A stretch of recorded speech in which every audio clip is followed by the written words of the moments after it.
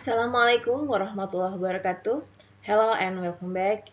In this presentation, I will explore critical discourse analysis or CDA, approach that reveals the hidden relationship between language, power, and ideology.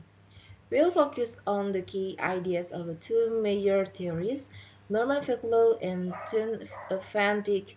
By the end, you'll see how the words we read and hear are never natural, but are deeply embedded in a social power structures.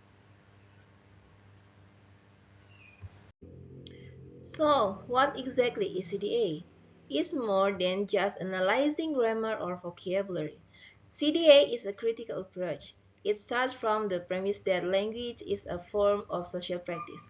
This means every text, whether a news article, a political speech, or an advertisement, is not just a description of reality, but an active part in shaping it. CDI unpacks these texts to reveal how they are used to assert power, promote specific ideologies, and often to maintain social inequalities. It asks the question, who benefits from this use of language? Norman Fariclough is a central figure in CDA. He argues that language is a form of social practice. It doesn't just reflect society, it actively constructs it. Power relation, for example, between governments and citizens or corporations and customers are enacted and reinforced through language. A key goal for Fariclough is to expose how ideology becomes naturalized. This is when the beliefs of powerful groups are presented as normal, natural, and inevitable, making them very difficult to question. To analyze this, Fariclough developed a three-dimensional model. The first dimension is the text itself. Here we describe the linguistic feature, the choice of words, the sentence structures, and the use of metaphors. The second dimension is discursive practice. This involves looking at how the text is produced and interpreted. Who is the author? What is its purpose? How is it received by the audience? The third and most critical dimension is social practice. Here we connect our findings to the bigger pictures, explaining how the text reinforces or challenges existing power structure and ideologies. All three dimensions are interconnected.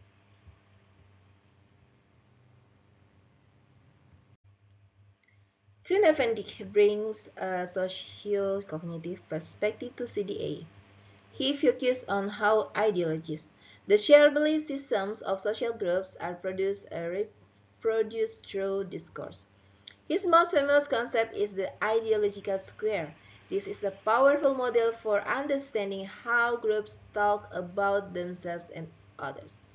Essentially, in political and media discourse, there is a tendency to emphasize good things about our own group, us, and bad things about the other group, them. At the same time, we de-emphasize or omit the bad things about us and the good things about them. This creates a polarized us versus them mentality.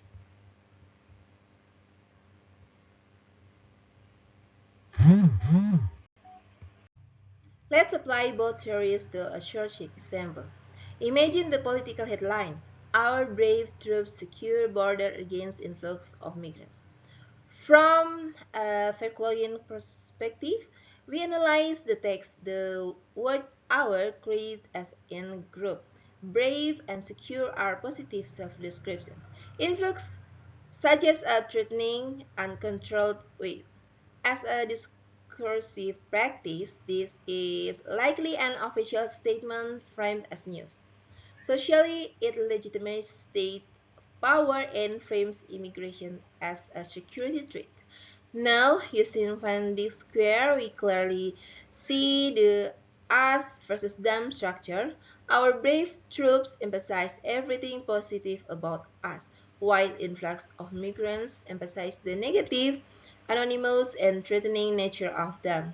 The complexities and humanity of migrants are entirely de-emphasized. In conclusion, both Faricloguh and Van Dijk provide us with powerful tools to decode the world of words around us. The key takeaway is that language is never neutral. It is a battlefield where power and ideology are negotiated. Fariclough model helps us systematically connect text to society, while Van Dijk Square brilliantly exposed the polarizing strategies of group discourse.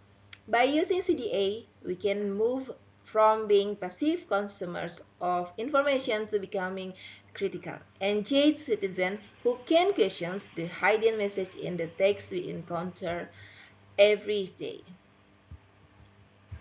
Okay, thank you very much for your attention, and I am Surini Makodengan. See you in my next video. Wassalamualaikum warahmatullahi wabarakatuh.